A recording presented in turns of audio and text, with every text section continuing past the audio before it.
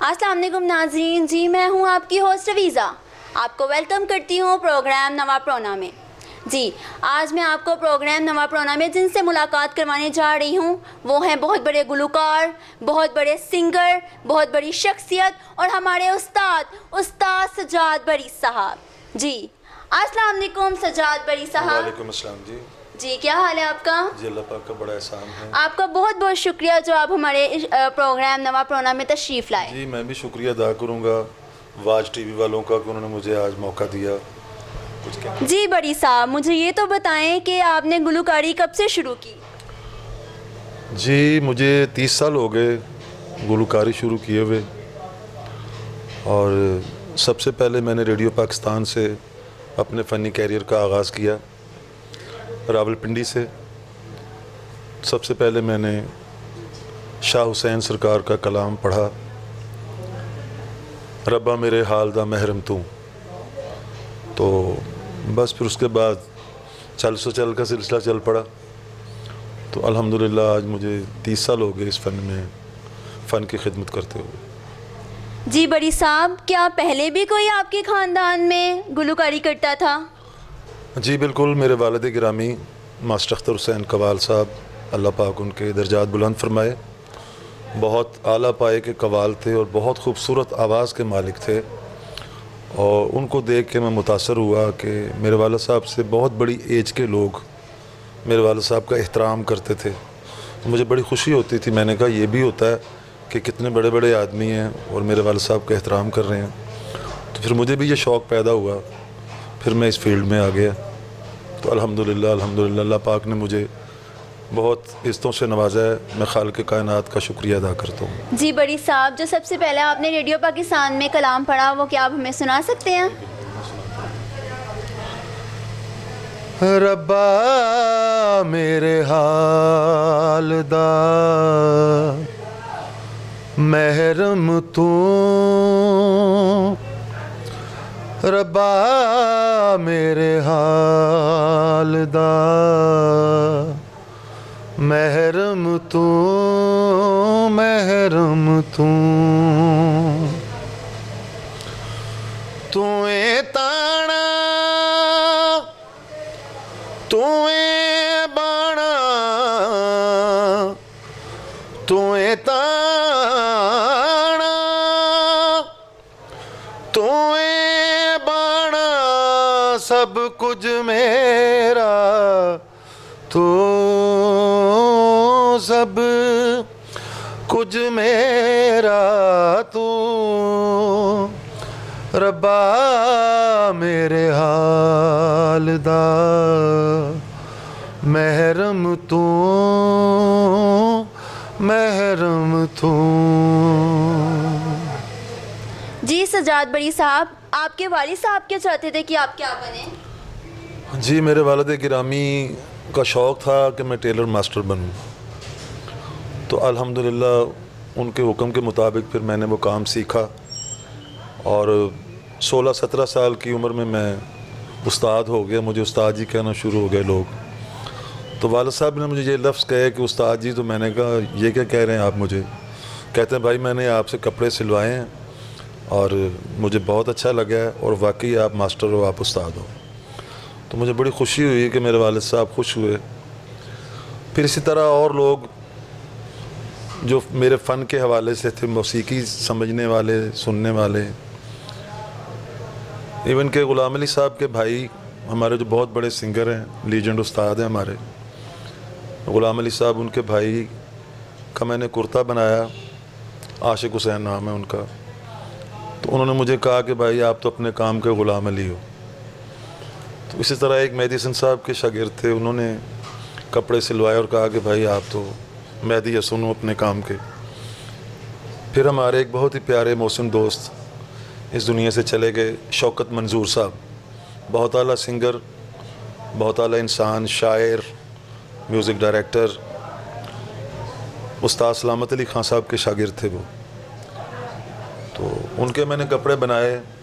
तो उन्होंने कहा भाई तू तो अपने काम दा सलामत खां है यार।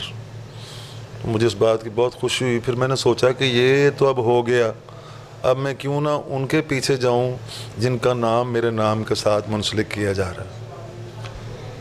जी बड़ी साहब, एक और सवाल, आपकी शादी कब हुई?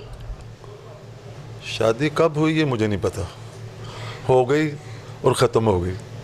मुझे तो अपने फ़न का पता है कि कब मैंने अपने फ़न का आगाज़ शुरू किया, तो शादी के बारे में झूठ बोलूँगा मैं। लव मैरिज हुई या अरेंज मैरिज हुई? जी मेरी शादी अरेंज मैरिज हुई। मेरे वालिद साहब के हुक्म के मुताबिक जो उन्होंने फरमाया मैंने वहाँ शादी कर ली। माशाल्लाह से बड़ी साहब, आपके बच्चे कितने हैं? जी अल्हम्दुलिल्लाह मेरे 2 बेटे हैं खैर से, और बड़े अच्छे हैं माशाल्लाह, बड़े मेहनती हैं। बड़ी साहब, क्या वो भी गुलकारी करते हैं? जी मेरा छोटा बेटा मोहसिन अली बरी जो है वो आर्टिस्ट है और वो बहुत अच्छा गाता है। इवन कि मैं भी उसका गाना सुन के खुश होता हूँ कि यार ज़रा फिर सुनाओ मुझे। तो बड़े साहब जो हैं बड़े मेहनती हैं माशाल्लाह, वो अपना काम कर रहे हैं। अल्लाह पाक उनके रिज़्क़ में इजाफ़ा फरमाए। तो अल्हम्दुलिल्लाह छोटा जो है वो मुझे पता है कि इंशाअल्लाह वो मेरे बाद मेरा नाम होगा। जी बड़ी साहब, आप हमारे नाजरीन को मज़ीद कुछ और सुनाएं। जी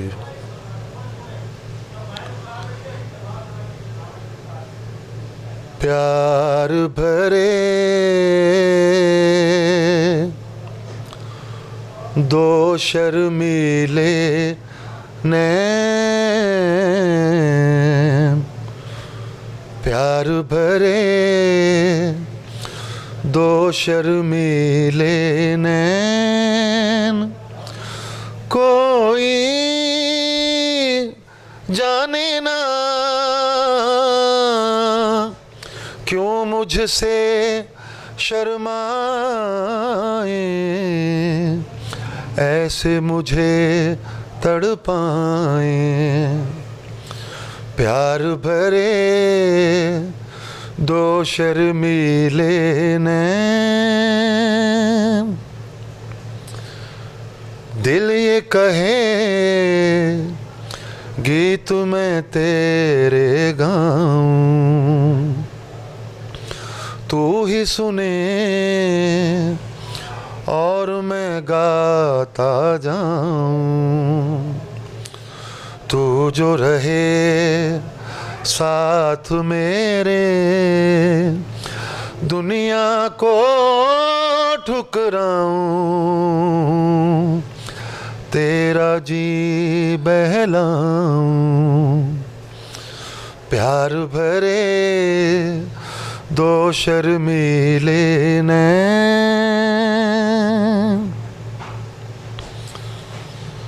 डर है मुझे तुझसे बिछड़ ना जाऊं, खो के तुझे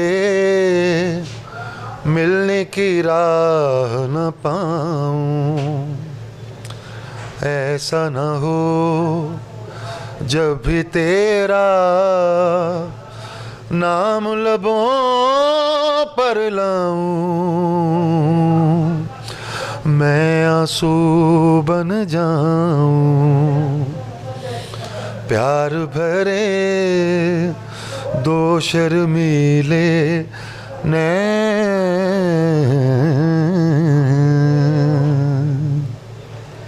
माशाल्लाह बड़ी साहब, आपकी तो आवाज़ बहुत ही खूबसूरत है। अब आप मुझे ये बताएं, जितनी आपकी आवाज़ खूबसूरत है, आप अपने उस्ताद का भी तो नाम बताएं जिन्होंने आपको सिखाया।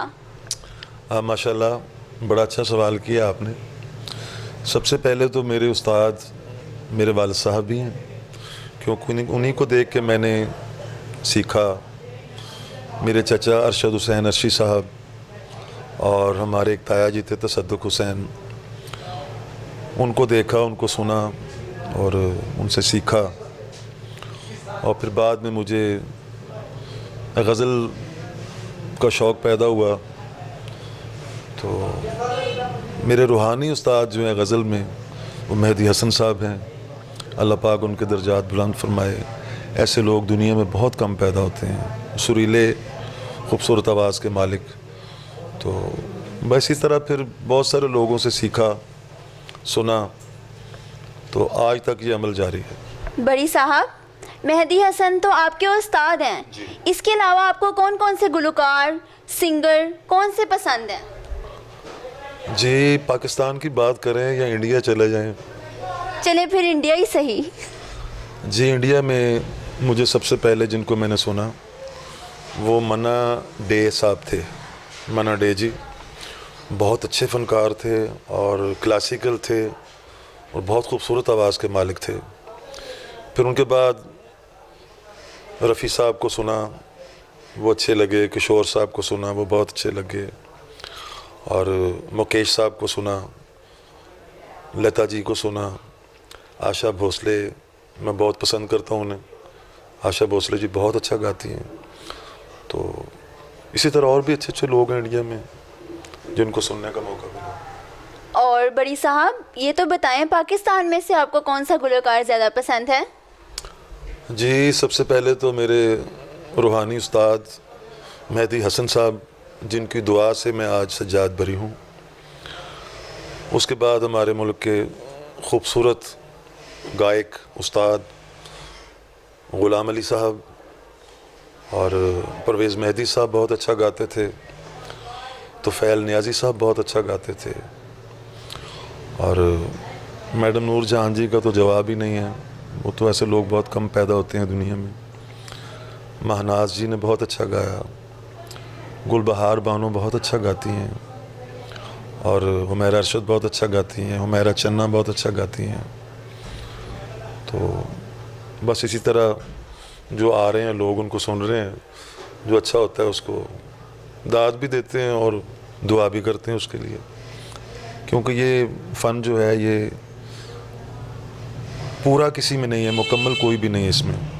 ये बहुत बड़ा समंदर है, तो थोड़ा थोड़ा हिस्सा मिलता है। जैसे थोड़ा सा मुझे मिल गया, थोड़ा सा आपको मिल गया, थोड़ा सा उनको मिल गया, तो इसी तरह ये सफ़र चलता रहा है और चलता रहेगा। प्यार किसे दे नाल करेंगी, प्यार दी बाजी फेर हरेंगी, गल्लां कंदां नाल करेंगी, फेर मैं तैनू याद आवांगा, फेर मैं तैनू याद आवांगा, मेरियां गल्लां याद करेंगी। स्याल समय दियां कालियां रातां याद करेंगी, बीतियां बातां अखियां लाउण गियां बरसातां, फेर मैं तैनू याद आवांगा, फेर मैं तैनू याद आवांगा। जी सज्जाद बरी साहब, आजकल की जो मौसीकी है, क्या आप उसको लाइक करते हैं, रॉक पॉप वगैरह? जी, आजकल की मौसीकी जो है बस वो देखने वाली है, सुनने वाली नहीं है। तो बंदा रॉक गाए या पॉप गाए या गज़ल जो भी है, सुर में गाए तो वो ज़्यादा अच्छा लगता है। तो माशाल्लाह आजकल जो हमारे यंगस्टर हैं वो चाहते हैं कि हम सीखने के बग़ैर ही सिंगर बन जाएं और दुनिया हमें मानना शुरू कर दे। तो ये मुश्किल बात है, क्योंकि जब इंसान सीखता है, जब वो सीख के कुछ करता है, गाता है, सुनाता है लोगों को, तो उसके असर होता है गाने में। तो बस ऐसे ही चल रहा है, जो ठीक है, अच्छा भी गा रहे हैं लड़के और बस इस तरह भी चल रहा है निज़ाम जो भी है सिलसिला। लेकिन मैं ये कहूँगा कि इंसान को सीखना चाहिए और सीखने के बाद गाना चाहिए, फिर आपके गाने में एक खूबसूरती आती है जो लोगों को, दिलों को भाती है। तो ये मेरा पैगाम है अपने यंगस्टर के लिए। सजाद बरी साहब, आपका बहुत बहुत शुक्रिया, आप हमारे शो में तशरीफ़ लाए। जी वेलकम जी। जी नाजरीन, हम इंशाल्लाह अपने अगले प्रोग्राम में किसी नए प्रोने के साथ हाजिर होंगे। तब तक के लिए खुदा हाफिज।